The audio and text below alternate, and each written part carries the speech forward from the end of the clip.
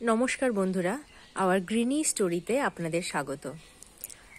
এটা ফেব্রুয়ারি মাসে সব গাছের মতোই অ্যাডেনিয়ামেরও প্রুনিং, কাটাই ছাঁটাই এবং সমস্ত রকমের পরিচর্যা এই সময় করা হয়। এরপরে রিপোর্টও করা হবে। তো দেখুন, এইটা একটা বিশাল সাইজের আমাদের ছাদ বাগানের অ্যাডেনিয়াম। এটা যখন আমরা ছাদ এনেছিলাম তখন খুবই ছোট ছিল। এখন 3 বছরের পরিচর্যায় যত্নে গাছটা এরকম হয়ে উঠেছে এবং এবছরে ভীষণ রুট বন্ডিং হয়েছে। এবং এই রুটগুলোর কিছু জায়গা থাকে যেগুলো অপ্রয়োজনীয়, সেগুলো কেটে ফেলা হয়। এবং কাটার পরে এটা আমরা প্রথমে কি করেছি, পট থেকে তুলে ভালো করে ধুয়ে ফেলেছি। শিকড়ে যত মাটি টাটি লাগানো ছিল ধোয়ার পরে এখন রুটগুলোকে ছাঁটাই করা হচ্ছে।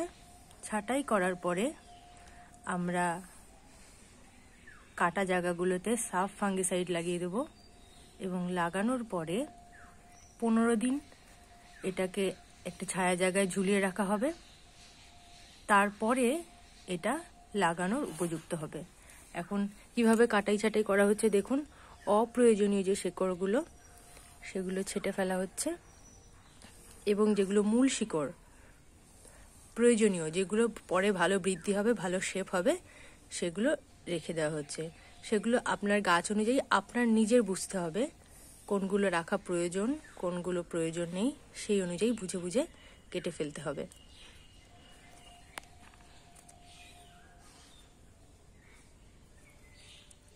এবং এই কাটার পরে ভালো করে ফাঙ্গিসাইড লাগানোটা অবশ্যই প্রয়োজনীয়। যেহেতু এটা রসালো সাকুলেন্ট টাইপের, সেহেতু ফাঙ্গাস আক্রমণের ভয় থাকে বেশিরভাগ সময়। দেখুন বন্ধুরা, আমাদের অ্যাডেনিয়াম গাছটির কাটাই ছাঁটাই সম্পূর্ণ কমপ্লিট। যেগুলো এক্সট্রা ছোট ছোট রুট ছিল সেগুলো কেটে ফেলা হয়েছে এবং একটা পরিষ্কার পরিচ্ছন্ন ভালো রুটগুলো এখানে দেখা যাচ্ছে। তো আমরা অনেকগুলোই কাটা হয়েছে এখানে দেখুন। কাটাই ছাঁটাই কমপ্লিট। এইবার আমরা পুরো রুটটাতেই সাফ ফাঙ্গিসাইড লাগিয়ে দিচ্ছি। আপনারা যে কোনো ফাঙ্গিসাইড লাগাতে পারেন।